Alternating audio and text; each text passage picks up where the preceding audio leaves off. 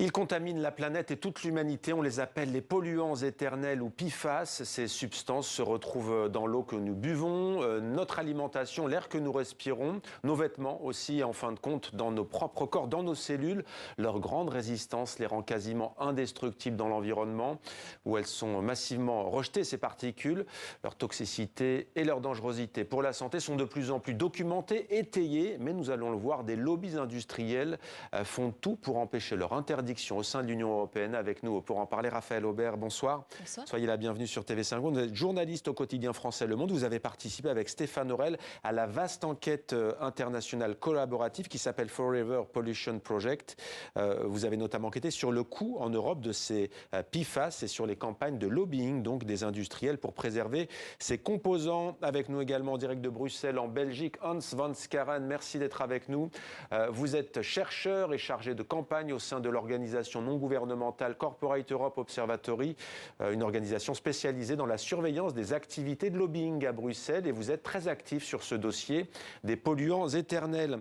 On commence avec vous, Raphaël Aubert. Ces PFAS, PFAS, sont des substances per- et polyfluoroalkylées. Voilà qui est dit, elles sont issues en fait de la chimie de synthèse. Quelle est l'étendue de la pollution en Europe ? Alors en 2023, on a sorti une carte pour le Forever Pollution Project, justement, où on révélait l'étendue de cette contamination. On voit cette carte avec ses ronds rouges. Hein. Exactement, c'est elle. Donc on a plus de 20 000 sites présumés contaminés. On a identifié plus de 2000 hotspots, c'est-à-dire des endroits où la contamination est très forte. On a des analyses dans les sols, dans l'eau. Très forte et dangereux pour la santé. Ces hotspots, c'est 100 nanogrammes par litre. Hein. C'est ça.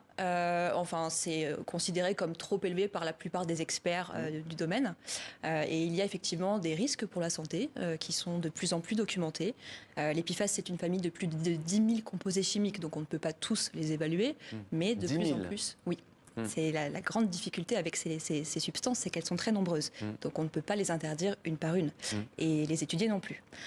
Et donc on voit des maladies associées à ces PFAS, par exemple des problèmes de réponse immunitaire aux vaccins, des cancers, des soucis de reproduction. D'immunité aussi ? Tout à fait, immunité. Les problèmes d'immunité et problèmes de thyroïde. Voilà, c'est assez varié. Il y a plus d'une douzaine de maladies maintenant qui sont associées à ces PFAS.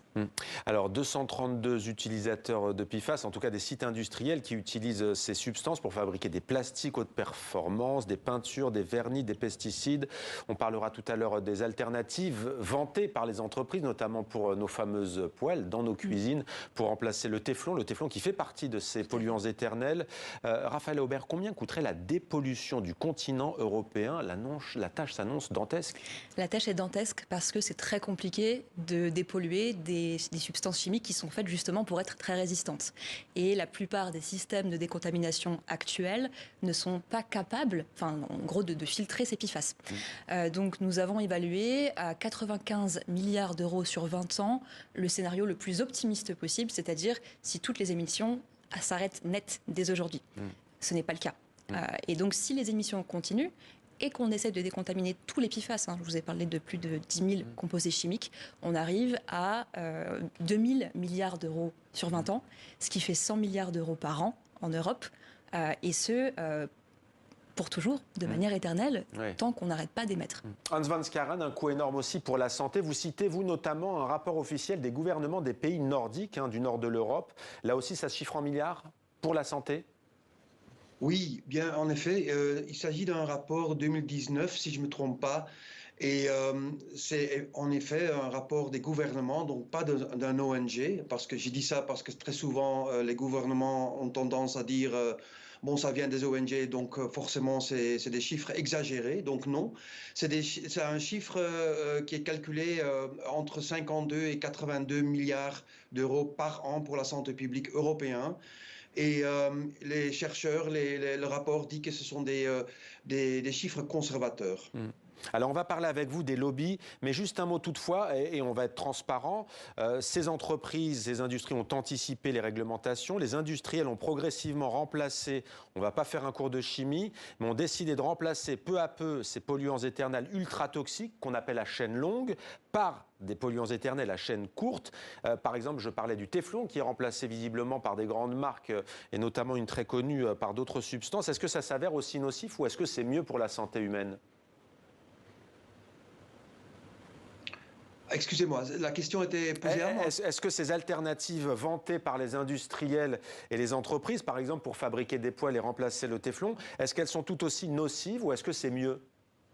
Ben, ça, c'est à l'agence chimique ECHA qui est en train de justement proposer, travailler sur une proposition sur les alternatives. Moi, je ne suis pas un chimiste, je ne suis pas un scientifique, mais évidemment qu'il y a plein d'exemples, notamment aussi dans le secteur des pesticides et aussi ici qu'il y a des alternatives.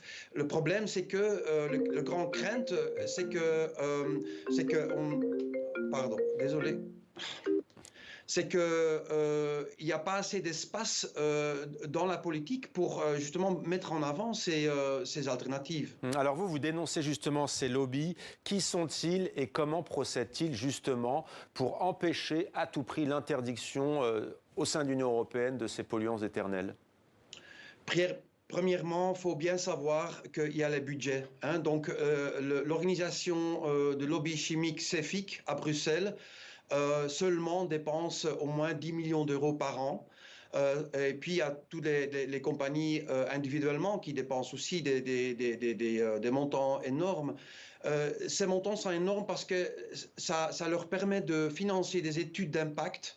Ça leur permet d'engager des scientifiques pour produire des brochures, des rapports.